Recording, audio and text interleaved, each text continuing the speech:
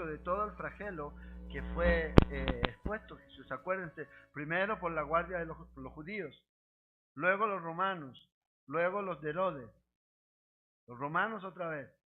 Entonces aquí el Señor Jesús estaba bastante debilitado, y como hemos dicho, para llegar a este punto, en esta condición de poder aún cargar la cruz, era porque era bastante fuerte.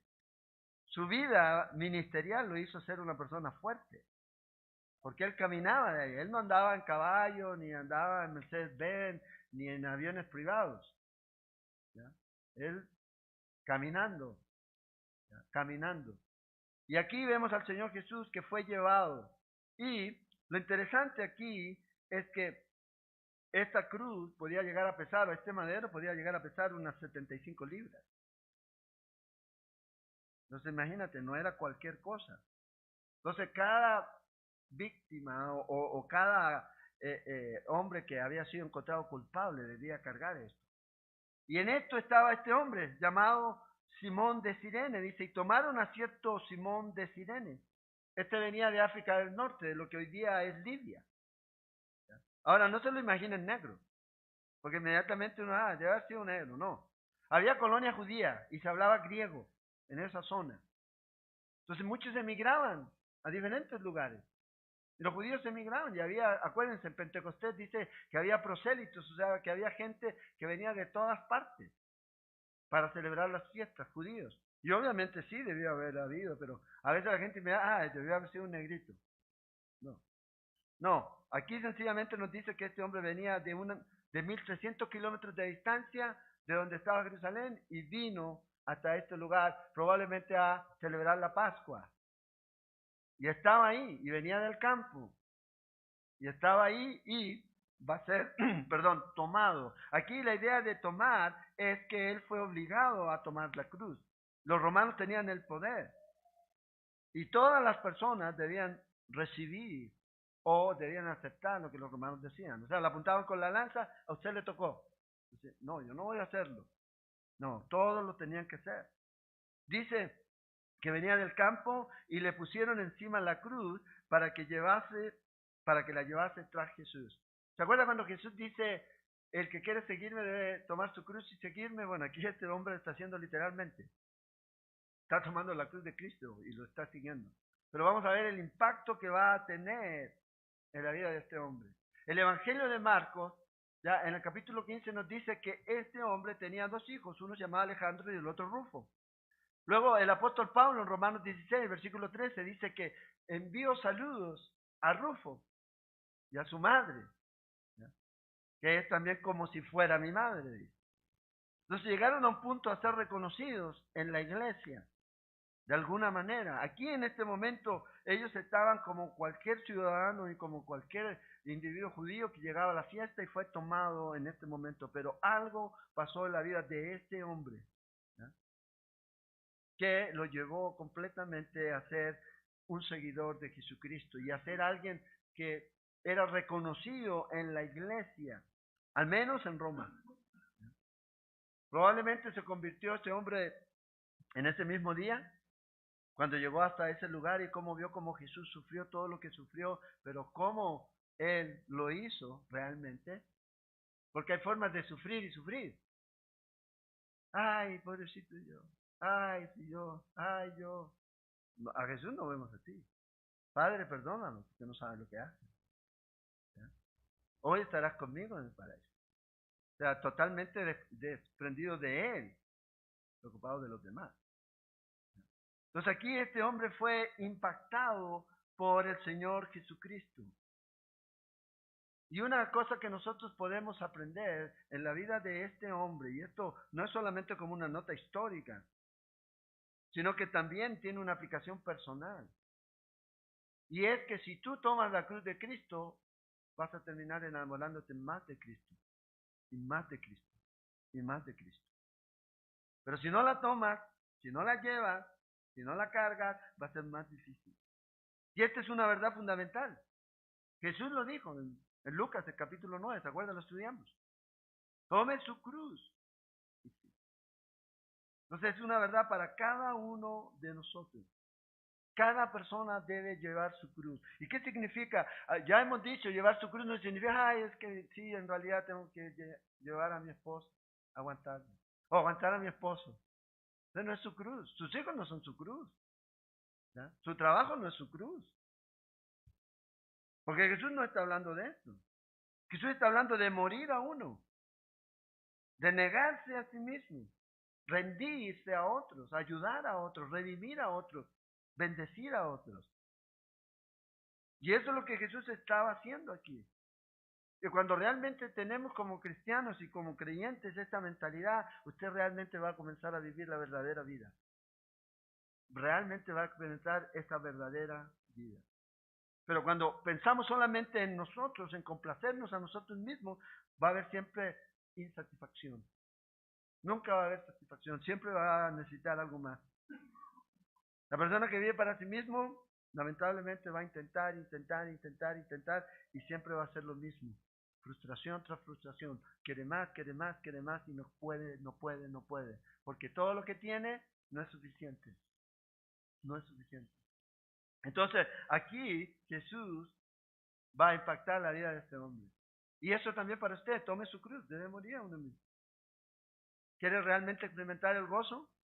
Deje de mirarse a usted mismo y comienza a mirar a los demás. Comienza a amar a los demás.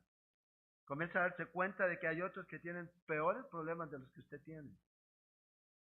Y que usted puede ser una diferencia con la ayuda de Dios. Puede ayudar. Pero si yo me pongo primero, entonces, ¿qué va a ocurrir?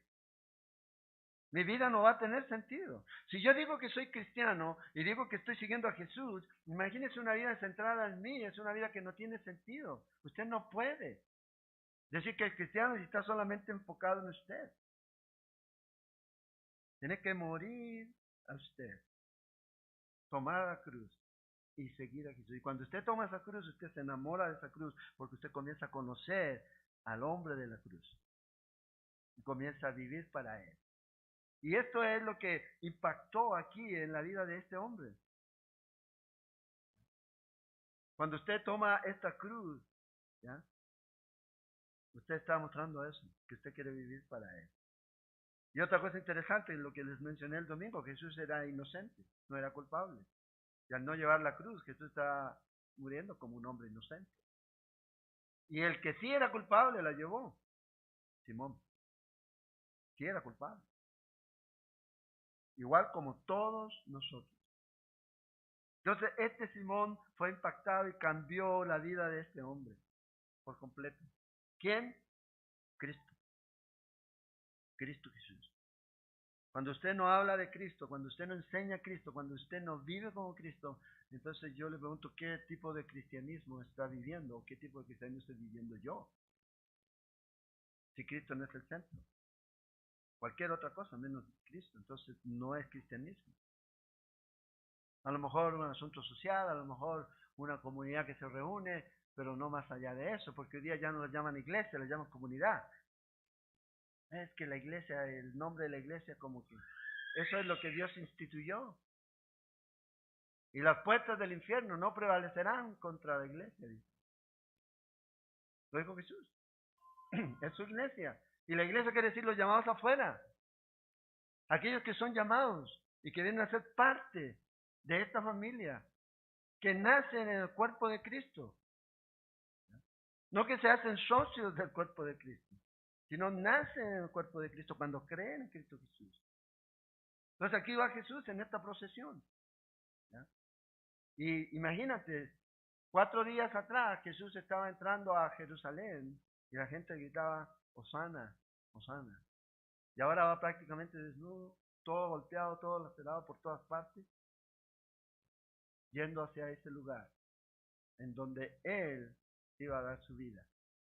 Iba a cumplir el propósito de su vida.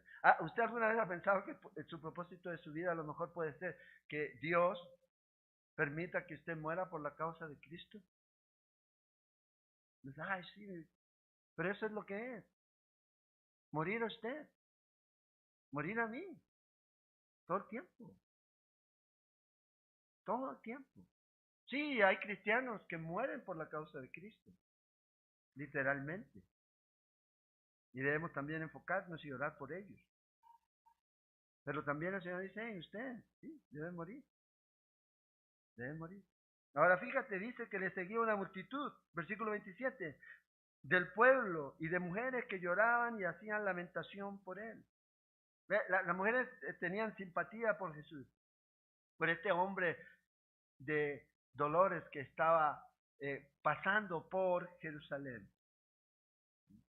Ahora, hoy día con todo este asunto del feminismo y el machismo y todo lo demás, y el sexismo y todo ese tipo de cosas, a veces las mujeres se sienten como desplazadas. Pero fíjense que es interesante aquí. No hay ningún registro en los evangelios en donde muestre que una mujer fuera enemiga de Jesús. Ninguno. Lean los evangelios. Ninguno. Y, ¿qué es más aún? Vemos a estas mujeres, ¿ya?, que se lamentaban, tenían compasión por él. Las mujeres del grupo que ayudaba a Jesús, había muchas mujeres que servían y ayudaban a Jesús. No solo preparando comida, sino también con recursos. Y hoy día hay mucha gente, espero que todos los apóstoles eran hombres, pero vea aquí lo interesante. ¿Quiénes abandonaron a Jesús? Los hombres. El que dijo, Señor, contigo a la muerte, Señor, todos vamos contigo. Y a la primera, ninguno. Y el otro va y lo niega 3 veces. Y el otro va y lo traiciona. Los hombres. ¿Y las mujeres? Necesitamos estudiar, ¿ya?, cómo el Evangelio restaura y levanta la posición de la mujer, más allá de lo que en realidad a veces la gente piensa. Pero a veces no, solamente porque escuchan algo y dicen, son machistas, y dicen. Pero vemos aquí que es algo diferente. Cada vez que el Evangelio llegó a un lugar y es aceptado y la gente recibe a Jesús, cambia inmediatamente en la cultura en donde llega el estatus de la mujer. Hoy día, si usted ve el estatus de la mujer en culturas no creyentes, no cristianas, es demasiado terrible. Es demasiado terrible. Pero cuando llega al cristianismo, lo eleva. Y Pablo dice, maridos, amen a sus esposas como Cristo amó a la iglesia.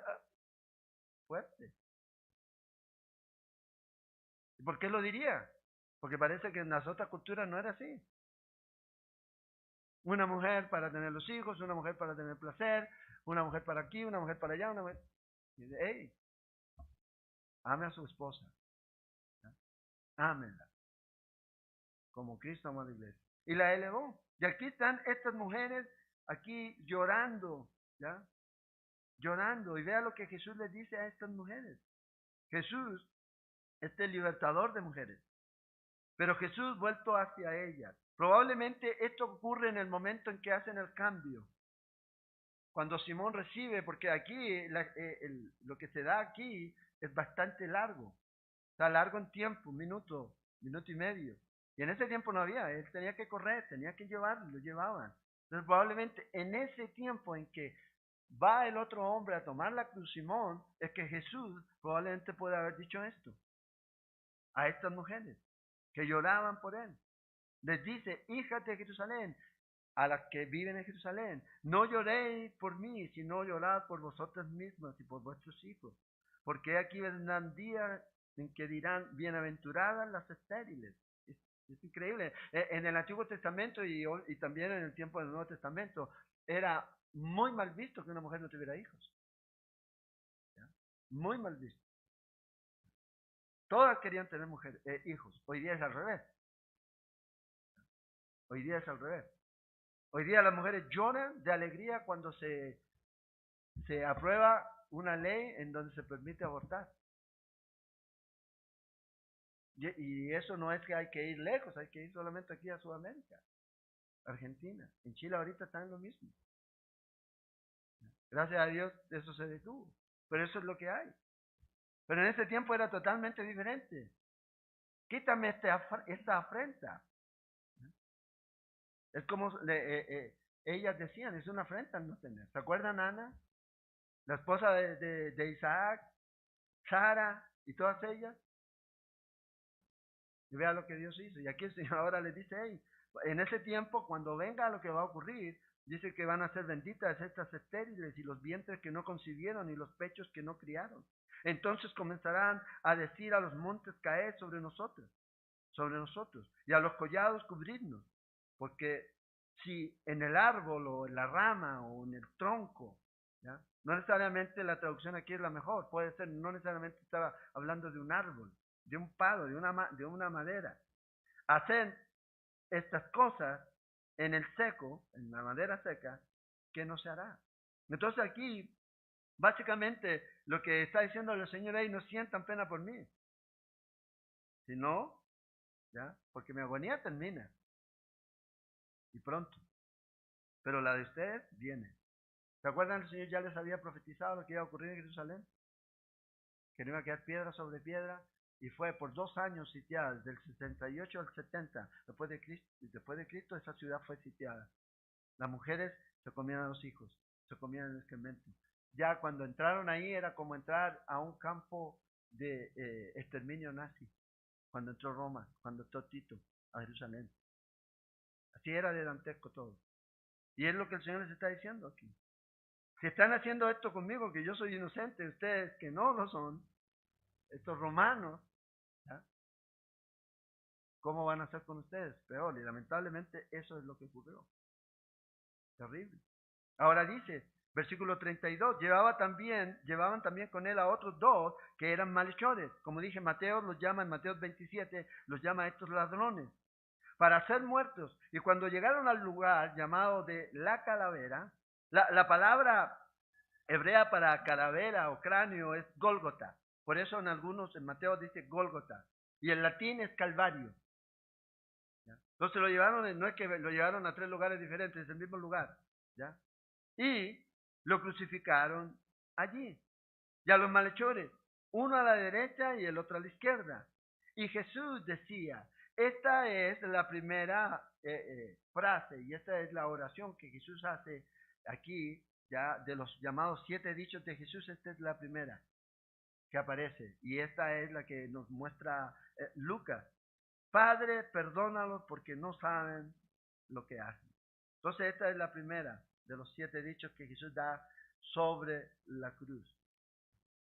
Sobre la cruz. No podemos determinar exactamente en qué tiempo están los otros, y ustedes los pueden ver a través de los otros evangelios. ¿Ya? Cómo está, pero aquí es lo primero que él dice. Y repartieron entre sí sus vestidos echando suerte. Ahora, todo lo que está ocurriendo aquí en la cruz no es casualidad.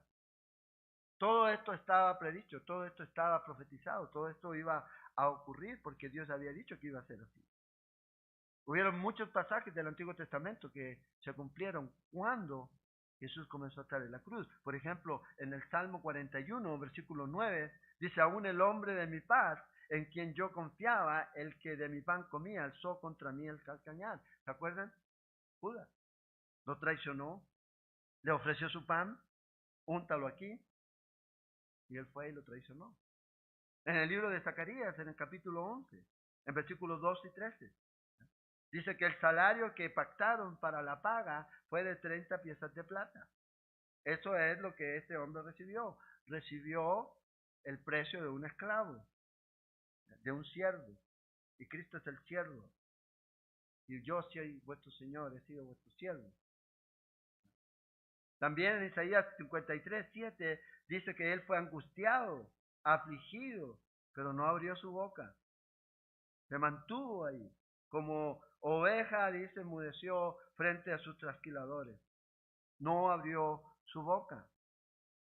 En Isaías 53, 12. Por tanto, yo le daré parte con los grandes y con los fuertes repartiré despojo, por cuanto derramó su vida hasta la muerte y fue contado con los pecadores. 2 a cada lado. Y habiendo él llevado el pecado de muchos y orado, dice, por los transgresores. Padre, perdónalos porque no saben lo que hacen. Todo esto estaba en Isaías 50, en 50 verso 6. Dice que él dio su cuerpo a los heridores. Eso ya lo miramos. Y cómo golpeaban su rostro y cómo tiraban su barba. En el Salmo 22, verso 16 y 17, nos habla ahí de la cruz antes de que este sistema existiera. Van a romper mis manos, van a horadar mis manos y mis pies, dice ahí. Me han cercado como perros. Yo sé, todo esto estaba aquí.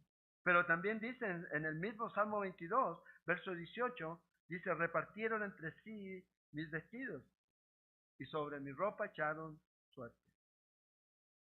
Entonces, ahí está el cumplimiento. Todo lo que está pasando aquí es el cumplimiento. Que el Señor ya había predicho que esto iba a ser. Y esto no es algo que, vamos a hacer esto para. No, ellos no sabían que estaban cumpliendo la Escritura. Juan nos dice que como vieron la túnica tan buena, dijeron, no la vamos a romper, echemos suerte, a ver quién se la lleva. Y cumplieron Isaías. Y repartieron sus ropas. Y el pueblo, dice, verso 35, estaba mirando y aún los gobernantes se burlaban de él diciendo, y vean esto que es, esto es algo que ellos nunca hubieran dicho antes. Pero en estas condiciones sí lo dicen. Si a ellos les hubieran preguntado, ¿Jesús salvó a alguien? ¿Qué creen ustedes que hubieran dicho los gobernantes judíos? ¿No? ¿Jamás? Pero vea lo que están diciendo. A otros salvó. Ellos están declarando esto. A otros salvó. Sálvese a sí mismo. Gracias a Dios que no lo hizo. No lo hizo. Si este es el Cristo, el escogido de Dios, ya que hay sarcasmo, obviamente, los soldados también escarnecían acercándose y presentándole vinagre y diciendo, si tú eres el rey de los judíos, sálvate a ti mismo. Había también sobre él un título escrito con letras griegas, latinas y hebreas. ¿Ya? Este es el rey de los judíos. Este es el rey de los judíos. Dice ahí que estaba en griego y en latín. El griego es el idioma comercial, el idioma cultural. El hebreo es el idioma que usaban los judíos, obviamente, el idioma oficial del templo. Y el latín es el idioma de los romanos. Y estaba ahí escrito, ¿ya? Este es el rey de los judíos. Probablemente cada uno no puso palabra por palabra, salvo Juan. Entonces ellos pusieron lo que más o menos significaba todo eso, estas iniciales. Generalmente uno ve INRI, ¿ya? Pero si fue los otros tres, ¿cuáles son los otros tres? En tres, ahí solamente se ve INRI, ¿ya? Si fuera en griego sería INVI. Y ya si fuera en hebreo ya innombrable, no se puede escribir. O decirle el bingi, algo así, como ellos dieron ahí. Entonces le pusieron ahí, y esto es sarcasmo, y el odio representado hacia los judíos de parte de Pilato. Ya, ya dijimos, un antisemitismo desde antes, desde antes. ¿Ya? Y se burlaban de él. Y dice aquí, si salvó a otro, ¿por qué no se salva? ¿Por qué no se salva? Y ahí entonces probablemente vamos a creer. Esta es una declaración verdadera, él sí salvó a otro. Y también lo que viene aquí, lo que ellos están diciendo, que se salve a sí mismo. O sea, si es el Cristo, ellos están diciendo, entonces, ¿no se puede salvar? Es lo que están diciendo, entonces no es el Cristo, no es el Mesías. Y este es el punto. Él enfrentó una elección entre salvar a los demás o salvarse a sí mismo. ¿Qué creen ustedes que cogió? Aquí estamos. Y gloria a Dios por eso. Porque si no, imagínense usted. Acuérdense que Jesús dijo, mi vida yo la doy. En Juan capítulo 10.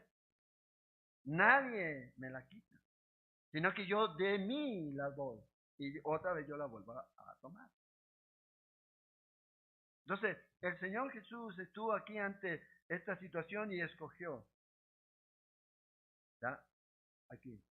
No es que no pudo salvarse, ¿ya? Él lo podía haber hecho. Él lo dijo, ya, ok, ya se acabó, ya no quiero más. Pero no lo hizo, no quiso, tomó la decisión. Nos amó, obedeció al Padre, nos amó a nosotros y cumplió su propósito. Por eso cuando usted mira la cruz, usted debe ver la máxima expresión del amor de Dios ahí. Por eso cuando la gente dice, es que Dios no me ama a mí, mire la cruz. Mire la cruz. Claro que te ama.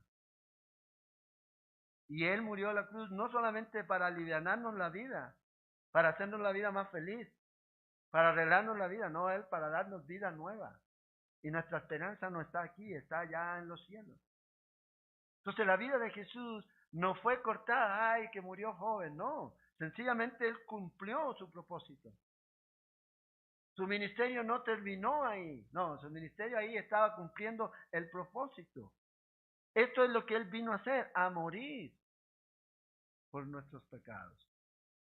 ¿Ya? Como otros, Buda, por ejemplo, o otro, Alá, o el que sea, de cualquiera que murió y ahí se truncó su ministerio. No, Jesús no.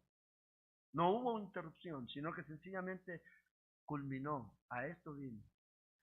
Voy a Jerusalén a morir. ¿Se acuerda lo que dijo? El plan predeterminado de Dios se estaba cumpliendo. Entonces Jesús ya no pudo salvarse porque no había otra forma de que usted y yo pudiéramos ser salvos. Padre, pasa de mí esta copa, pero no se haga mi voluntad sino la tuya. Esa es la única forma. Entonces, ¿cómo espera la gente llegar a Dios, al cielo, si no es a través de Cristo Jesús? ¿Cómo nosotros ya, no querríamos vivir sin el amor de Jesús, mostrándolo en la cruz? Es increíble, a veces la gente lo rechaza. Ahora vean el versículo 39, el segundo hombre, el ladrón, que fue impactado en ese momento. Y uno de los malhechores que estaba colgado le injuriaba diciendo, Mateo nos dice que los dos, pero después algo pasó en uno. Si tú eres el Cristo, sálvate a ti mismo. Y a nosotros, y todos dale, sálvate a ti mismo. Sálvate a ti mismo. ¿No? Y esa es la mentalidad del mundo hoy. Sálvese usted. Sea feliz usted. Viva para usted. Deje de sufrir usted. Que los demás sufran. Aquí, sálvate a ti mismo. Respondiendo el otro, le reprendió diciendo en el verso 40, ¿ni aún temes tú a Dios estando en la misma condición, condenación? Nosotros a la verdad justamente padecemos porque recibimos lo que merecieron nuestros hechos, mas este ningún mal hizo. Y dijo a Jesús, acuérdate de mí cuando venga en tu reino. Entonces Jesús le dijo, de cierto te digo que hoy estarás conmigo en el paraíso. Esta es la segunda frase de Jesús aquí sobre la cruz. Entonces, Mateo nos dice que los dos se burlaban, pero aquí nos dice que hubo un cambio en este hombre. Probablemente cuando Jesús dijo, Padre, perdónalos porque no saben lo que hacen, probablemente impactó su vida. Cambió aquí su corazón. Y cuando cambia el corazón, cuando Dios transforma el corazón, cambia su destino. Si no hay cambio de corazón, puede haber cambio por fuera. Podemos tener mejores casas, mejores educaciones, mejores salarios, mejores esto, pero si no cambia el corazón, no cambia el destino. El destino sigue siendo el mismo para aquellos que no tienen a Cristo Jesús. Por eso cuando la iglesia enfatiza solamente en lo social y no en lo espiritual, entonces está el desbalance, tiene que haber ese balance. Porque podemos hacer la obra social, casa, podemos darles más educación, mejores trabajos, etcétera, etcétera, etcétera. Pero si no pasa nada en su corazón, su destino no ha sido afectado. Su vida aquí, sí, pero que va a durar ¿cuánto? Para que vayan a una condenación eterna. Y aquí es lo que ocurre. Un corazón cambiado cambia un destino. ¿Qué es lo que necesita saber la gente? Otra vez, de lo que Pablo dijo. No me propuse saber nada de ustedes, sino enseñarles a Cristo, a este crucificado y resucitado. Esa era la vida de Pablo, enseñar de Cristo, hablar de Cristo. No de la gran iglesia que yo estoy levantando, o del gran ministerio que yo tengo, o de lo famoso, vean, yo aparezco en todos los spots. Ahí estoy aquí, véanme, estoy en Facebook, estoy en Instagram, estoy aquí, tengo Twitter, tengo esto, y véanme, soy popular. No, Pablo no hablaba de eso, Pablo hablaba de Cristo Jesús, de este crucificado, pero resucitado. Y que para ellos era locura, para muchos. ¿Cómo me vienes a hablar de un Mesías, de un Salvador que fue humillado en una cruz? Para muchos no lo entienden, no lo entienden. Pero esto es lo que él hablaba y eso es lo que cambió la vida de este hombre, al escuchar a Jesús. Entonces Jesús no fue crucificado por accidente en medio de estos dos ladrones, que eran contados como transgresores. Algunas ideas, probablemente él quería mostrarnos, ¿ya?, la naturaleza humana, la respuesta del hombre hacia la salvación que Dios da, que Dios pone a disposición. Y siempre va a ocurrir así. Hay gente que va a recibir, hay gente que va a rechazar. Podemos ver también que este es un testimonio de la inocencia de Jesús. Nosotros somos malhechores, que mal ha hecho. Otro testimonio más.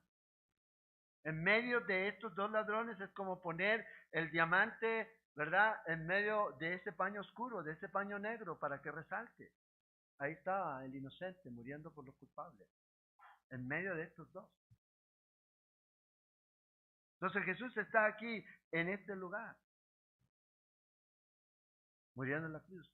Pero yo creo que hay una lección también mucho más grande con respecto a esto, porque hoy día nosotros estamos plagados de personas que nos dicen que debemos hacer esto, que debemos hacer esto, que debemos hacer aquello. Pero aquí sencillamente este hombre no hizo nada que pudiera ofrecerle a Jesús. Jesús, si me salvas, yo voy a hacer esto. No hubo tiempo para eso. No hubo tiempo para nada de eso. Te voy a mostrar que realmente he sido salvo. Voy a ser reformado. Ya, no hablo de reformado, sino hablo de cambiado, ya, por aquello. ¿Eh?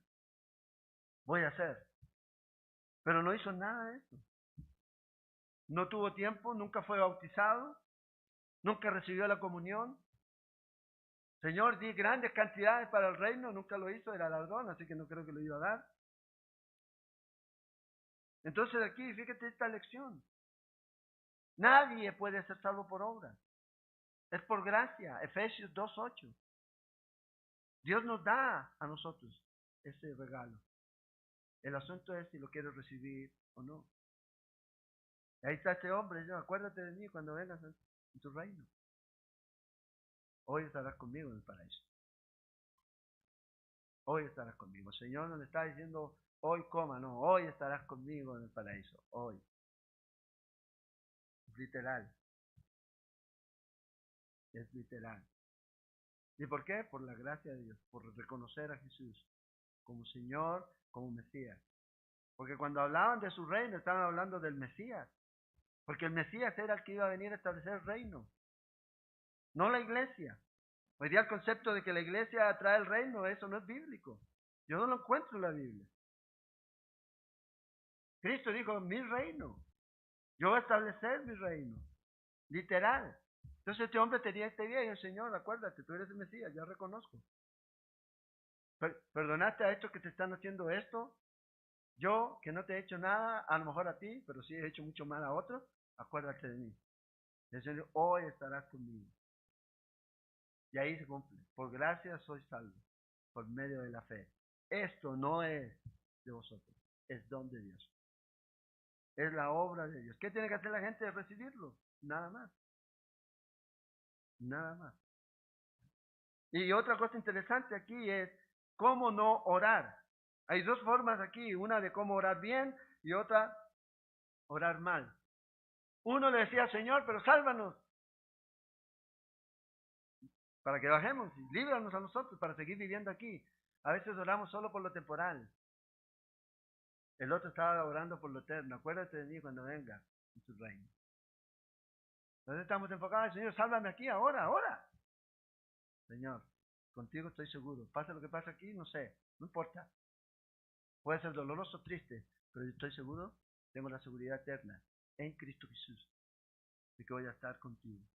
Y cuando era la hora sexta, cerca del mediodía ya era esto, hubo tinieblas sobre la tierra hasta la hora novena, o sea, hasta alrededor de las 3 de la tarde. Hubo tinieblas, oscuridad sobre la tierra. No es un eclipse, acuérdense, la Pascua es en, o sea, generalmente la Pascua está cuando hay luna llena, así que no había eclipse, el sol y la luna estaban separados. No hay un eclipse, esto es algo que es sobrenatural, mostrando e indicando algo. Acuérdate que Jesús dijo, yo soy la luz del mundo. Ellos estaban apagando la luz del mundo. Esta es la condición del mundo que rechaza a Cristo Jesús en tinieblas, en oscuridad. Así es como está el mundo. ¿Qué comunión tiene la luz con las tinieblas? No es que van a estar en tinieblas, están en tinieblas. Es como está el mundo. Y Jesús dijo, yo soy la luz del mundo. Y la luz del mundo está muriendo en una cruz. Entonces obviamente tenía que haber tinieblas. Ahora la pregunta es, ¿por qué el hombre intencionalmente apagaría esta luz? Destruiría esta luz. ¿Cuál es la razón? Bueno, en Juan, el capítulo 3, el Señor nos da la razón. Y esto es una verdad, que usted no se puede cerrar a ella, porque es así, lamentablemente. En capítulo 3, verso 17 dice, porque no envió Dios a su Hijo al mundo para condenar al mundo, sino para que el mundo sea salvo por él. Tenemos el mensaje, salvación, sí, y condenación. Ya están condenados, sí, entonces ¿qué necesitan? El mensaje de salvación. Pero para que puedan tener el mensaje de salvación necesitan entender que están condenados, que van al infierno. Y es por eso que necesitan a Jesús. Bueno, entonces dice, verso 18, el que en él cree no es condenado, pero el que no cree ya ha sido condenado, porque no ha creído en el nombre del unigénito Hijo de Dios. Ahí está el asunto. No es que usted se afilie a una iglesia, usted tiene que creer en Cristo Jesús y nacer en él. Luego va a ser parte de una iglesia, pero el hecho de que sea parte de la iglesia no es que lo salve a usted, es creer en Cristo Jesús. Luego dice, y esta es la condenación. Fíjate, esto es, versículo 19, la condenación, que la luz vino al mundo y los hombres amaron más las tinieblas que la luz, porque sus obras eran malas. Porque todo aquel que hace lo malo aborrece la luz y no viene a la luz para que sus obras no sean reprendidas. Entonces vea la oscuridad aquí. El hombre está extinguiendo la luz. Los hombres aman más las tinieblas que la luz. Y ahí vemos que esta tiniebla prevaleció por todo ese tiempo. Espiritualmente eso es lo que la condición del hombre hoy día. Recuerda, si una persona rechaza a Jesús, lo deja en oscuridad, está en oscuridad y va a seguir en oscuridad. ¿Quiere que esa persona realmente salga de esa oscuridad? Tienes que llevarlo a Cristo Jesús, hablarles de Jesús y que ellos deben recibir a Jesús. Nosotros no podemos sacar a nadie de ahí, pero podemos darle al que lo puede hacer. Cristo Jesús. Colosenses 1:13 dice que Él es el que nos llevó de las tinieblas, del reino de las tinieblas, a la luz. Cristo Jesús. Y el sol se oscureció, dice verso 45, y el velo del templo se rasgó por la mitad. La próxima semana vamos a hablar extenso acerca de este evento que se da aquí, que es muy importante.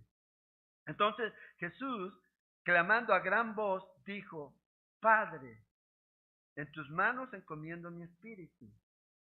No estaba así, ay Padre, no, él como desesperado, no, siempre estuvo en control. Siempre estuvo en control. Y habiendo dicho esto, expiró. Este velo que se rasgó no es cualquier velo, es un velo que representa algo. Y es lo que vamos a ver, ¿ya? Para los judíos en el templo. Y Mateo nos dice que rasgó de arriba a abajo. O sea, algo ahí se abrió. Y esa es la esperanza que usted y yo tenemos. Que ahora tenemos entrada por la sangre de Jesús a ese lugar que solamente entraba el hombre una vez al año. Y no podía entrar si no había derramado sangre y sin sangre. Pero ahora nosotros tenemos esa entrada, pero implica muchas otras cosas más. Muchas cosas más, que ahora estamos limpios, estamos puros por lo que Cristo hizo. El legalismo cierra y levanta ese velo otra vez. Y pone obstáculos. Oremos para que nosotros no seamos de eso. Recuerde, la sangre de Jesús es lo único que limpia y borra y quita sus pecados. Por más reglas que el hombre ponga para legislar donde Dios no ha legislado, eso no quita ningún pecado. Por más cosas que el hombre haga, Pablo dice, todo esto que tiene apariencia de que es algo bueno, de algo de piedad, dice en Colosenses capítulo 2, en realidad no tiene ningún poder sobre la carne. No lo tiene. Y ese es lo que ocurrió. Ahora, Jesús aquí está clamando. Ya, Señor, ya es la hora. Voy a entregar. Ha terminado. Y entregó su vida. Y vamos a ver todo eso la próxima semana. Ahora, el verso 47. El tercer hombre, el centurión, dice, cuando el centurión vio lo que había acontecido, dio gloria a Dios diciendo, verdaderamente este hombre era justo. Vea, otra declaración de la justicia, de la inocencia de Jesús. Y toda la multitud de los que estaban presentes en este espectáculo, porque eso es lo que fue, lamentablemente, viendo lo que había acontecido, se volvían golpeándose el pecho. Por mi culpa, no, ellos no hacían eso, pero se golpean, wow, todo lo que está pasando. Acuérdense, Mateo nos dice que hubo un terremoto, un temblor, ¿ya? Ahí dice que los sepulcros se abrieron y muchos salieron. Ahora, muchos salieron, sí, pero después de la resurrección de Cristo, porque Cristo es la primicia de la resurrección. Nadie podía levantarse de los muertos. Primero Cristo. Y estoy hablando de alguien que se levanta de los muertos para no volver a morir. Talita Kumi, ¿se acuerdan? La niña, a ti te digo, ella volvió a morir. Lázaro volvió a morir. De hecho, hay la tradición que pocos días después de la muerte de Cristo, Lázaro fue muerto. Porque era la evidencia de que él era Mesías y ahora ya no estaba el cuerpo, entonces, con mayor razón. Entonces, aquí estaban viendo todo esto y se golpeaban el pecho y todo lo que estaba pasando, pero todos sus conocidos y las mujeres que le habían seguido desde Galilea estaban lejos mirando estas cosas. Imagínate otra vez las mujeres fieles ahí, de Galilea. ¿Ya? Ellos estaban ahí. Del norte venían y viajaron para estar ahí. Ahora, aquí este centurión, para poder lograr esto, muchas veces no necesariamente tenía que venir de una familia, lo podía lograr a través de mostrar valentía. Yo hubiera sido un hombre muy valiente, duro, una fuerza militar importante tenía él y tenía una capacidad física. O sea, no era cualquier persona. Un centurión no llegaba, un debilucho no iba a llegar a nunca a ser centurión. Ya tenía que demostrarse eso. Entonces, aquí, este hombre robusto, fuerte, ya duro por la vida que llevaba, se rompió. Y dijo, wow, este hombre realmente era justo. Y nosotros estamos siendo parte de este crimen. Nosotros estamos siendo parte de este asunto. Fue tocado por Dios. ¿Qué fue lo que cambió la vida de este hombre? Probablemente todo el desarrollo de lo que Jesús hizo.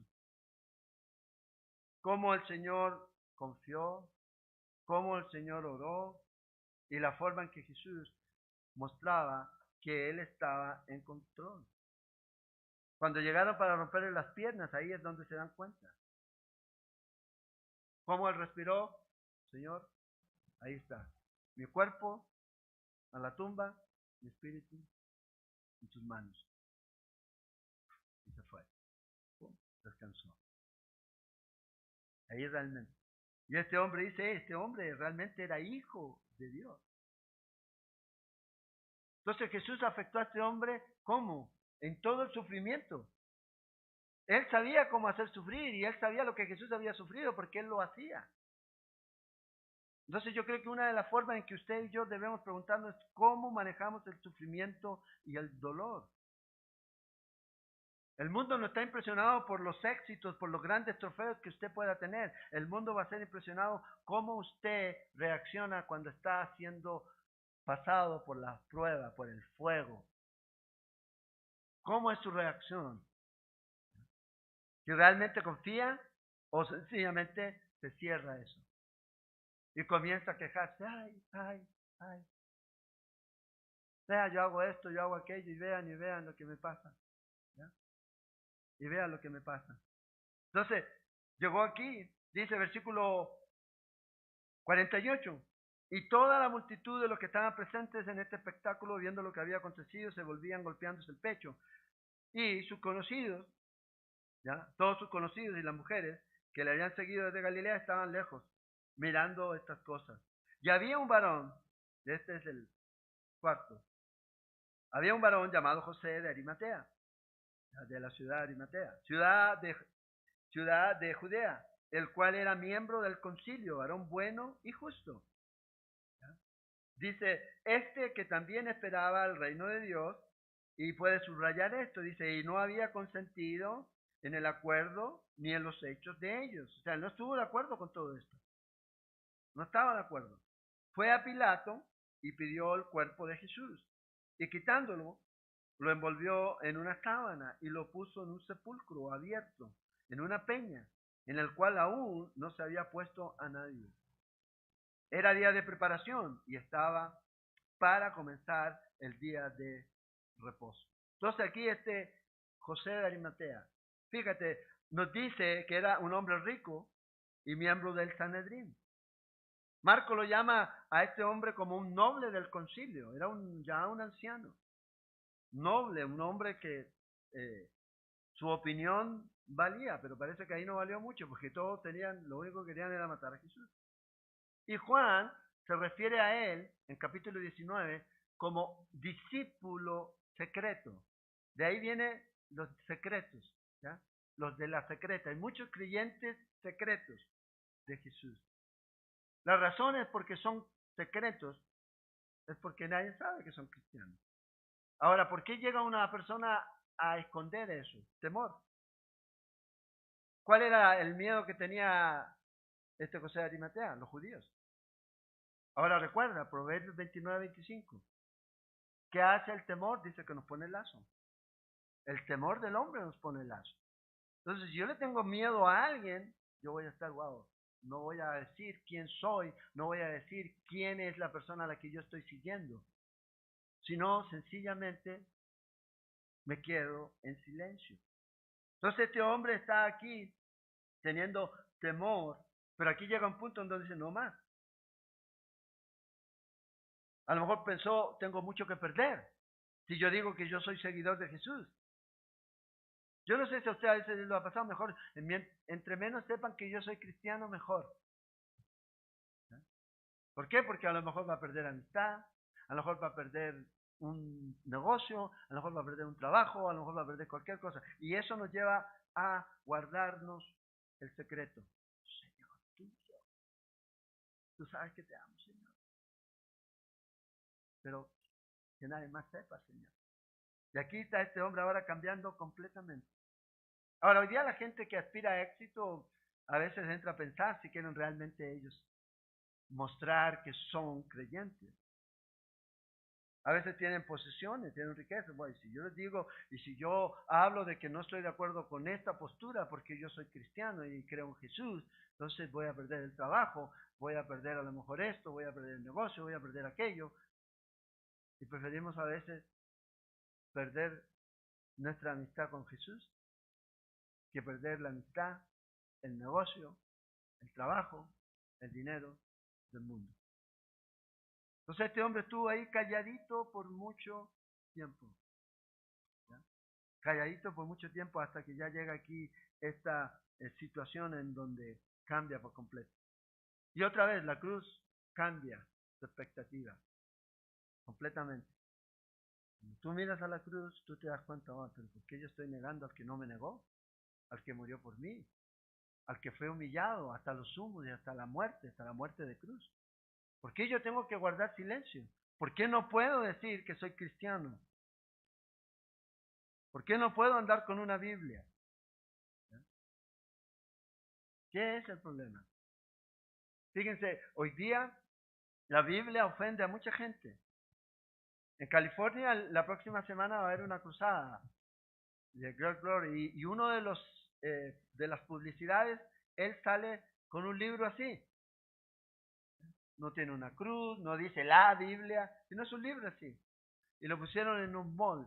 Y gente, no sabemos todavía cuál es gente, pero reclamaron, dijeron, no, que eso nos ofende. Estamos hablando de Estados Unidos, supuestamente el país de la libertad. ¿Ya? No, nos ofende. ¿Y qué hicieron? ¿Qué creen ustedes que hicieron? Quitaron el afiche, lo quitaron. Entonces, claro, la gente, ay, bueno, si le hicieron eso a él, bueno, si yo digo que soy cristiano, quizás a mí me van a apedrear. Y aquí está este hombre en este dilema. Durante la vida de Jesús se mantuvo en silencio. ¿Y qué ganó? Nada. Cuando tú no confiesas a Jesús, cuando tú realmente no entregas tu vida a Jesús, ¿qué vas a ganar? Nada. Solo pierdes. Pero cuando ya el asunto entregas tu vida a Jesús, todo cambia. Jesús ahora pasó a ser parte de la vida de este hombre. Y no de lejos, sino de cerca. Cuando vamos de lejos, perdemos la oportunidad para ser usados por Dios. Perdemos la oportunidad para que Dios trabaje también en nosotros. ¿Cuánto trabajo que Dios quiere hacer en nuestra vida y a través de nuestra vida hemos perdido por caminar lejos? Por ir detrás. Señor, sí, yo te amo. Tú sabes, Señor. Pero de lejos. Perdimos la bendición. El miedo del hombre. No debe haber temor. Cuando tú vienes a esta relación con Cristo Jesús, no hay temor. No hay temor. Vea lo que dice la Escritura. En que confía en Dios no temerá. En el Salmo 56:11. ¿Qué me puede hacer el hombre? Porque dice, ay, Jesús tenía miedo de lo que el hombre... No, él dijo, no teman lo que el hombre puede matar el cuerpo, pero su alma no puede hacer nada. Jesús decía, lo tenía, no teman al hombre. Debemos confiar en el Señor. En otro salmo dice, ¿de quién temeré? ¿A quién estamos temiendo? En Daniel 11:32 dice, y el pueblo se esforzaba en conocer a Dios y se esforzó en hacer cosas, en hacer obras. No hubo miedo. Cuando usted conoce a Dios, conoce a su Dios. Entonces aquí vemos que este hombre es este ejemplo para nosotros. ¿Cuál es el antídoto para el miedo? Conozca a Dios, conozca a Jesús. Y usted se va a dar cuenta que el hombre es nada en comparación a Dios. Entonces aquí el Señor, en estos momentos aquí, ya expiró, viene este hombre y lo va a llevar a la tumba. Dice que fue y le insistió a Pilato. En Juan 19 dice, le rogó a Pilato que le permitiera llevar el cuerpo. La cruz tiene poder, la cruz de Cristo. La cruz de Cristo convierte en leones a los cobardes. Si usted quiere ser un león, conozca la voz de Dios. Conozca a Cristo. Conozca lo que Él hizo. Vea cómo es realmente el pecado. Vea la consecuencia del pecado. Porque usted cuando ve la cruz es lo que ve. La consecuencia del pecado es muerte. Y Él tuvo que morir. Y que Dios no va a pasar a ningún culpable por inocente si no recibe a Cristo Jesús. Y este hombre lo recibió en su vida, en su corazón. Y fue y llevó a Jesús al último, como dirían, a la última morada. Y como dice Salmo Isaías 53, más con los ricos fue en su muerte. Ahí lo sepultaron, en ese lugar donde este hombre preparó para él. El perfecto amor echa fuera el temor. ¿Conoce a Cristo Jesús? Si conoce a Cristo Jesús, usted conoce el amor verdadero. Y si usted conoce el amor verdadero y tiene a Cristo Jesús, no hay temor. ¿Quién dijo miedo? ¿Ya? No voy a tener noticias que me vengan, ay. Y noticias graves, eso usted puede recibir. Sí. Sí, puede recibir muchas noticias graves. Pero no hay temor porque hay confianza en Dios, en Jesús. Y que Él se va a encargar de usted y de mí. Entonces confiemos en el Señor, confiemos en su palabra, confiemos en la obra que Él hizo y que lo que Él hizo es suficiente. Ya no necesita hacer nada más hecho. No necesita caminar de rodillas de aquí hasta allá o de allá a acá. No, necesita confiar en lo que Cristo hizo. Las palabras preciosas que se dicen en Juan 19. Consumado es. ¿Hay algo más que hacer? Nada. ¿Qué es lo que usted debe hacer si usted no es creyente? Recibirlo como Señor y Salvador. ¿Qué es lo que necesita hacer la gente? Recibirlo como Señor y Salvador. Si usted es creyente, tiene ese mensaje. Y llévelo a otro. Llévelo a otro. Impacte la vida de otras personas con el mensaje que impactó su vida. Si este mensaje realmente impactó su vida, yo creo que usted cree que este mensaje también puede impactar la vida de otros. Si no ha impactado su vida, entonces por eso a veces somos secretos. Secretos.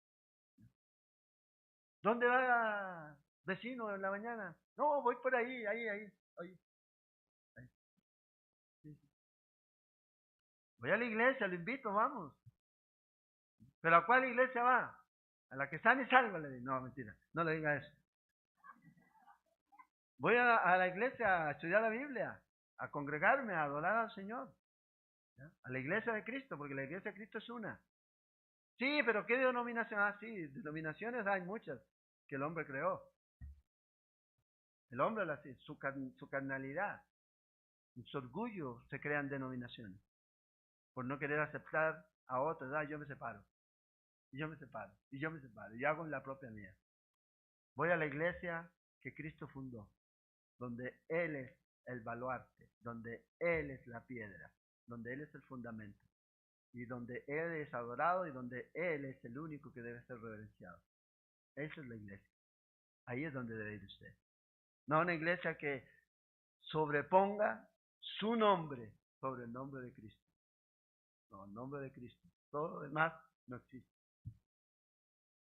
Sí, está ahí, pero no tiene ni un valor. Porque cuando yo me voy al cielo no me voy porque soy Calvary Chapel, o porque soy luterano, ¿ya? O porque soy pentecostal, o porque soy bautista. Me voy al cielo porque yo creo en Cristo Jesús como Señor y Salvador. Y cuando llegue allá, yo tengo mi lugar. Los de Calvary Chapel. No. No, vamos a estar todos juntos. Todos juntos. Oremos, Señor. Gracias te damos esta mañana por tu amor. Te agradecemos, Señor,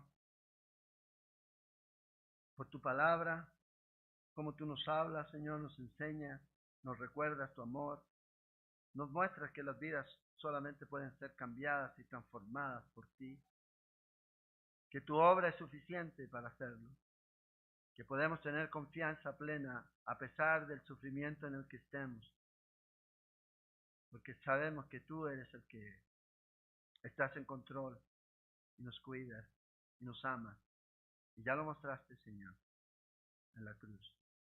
Oramos, Señor, en esta mañana para que tú, Señor, nos ayudes cada día, Señor, a seguirte, cada día a ya no ser más de la secreta, Señor, sino abiertamente reconocer que somos tus hijos, Señor, y creemos en ti, y que la única esperanza para el mundo, Señor, eres tú.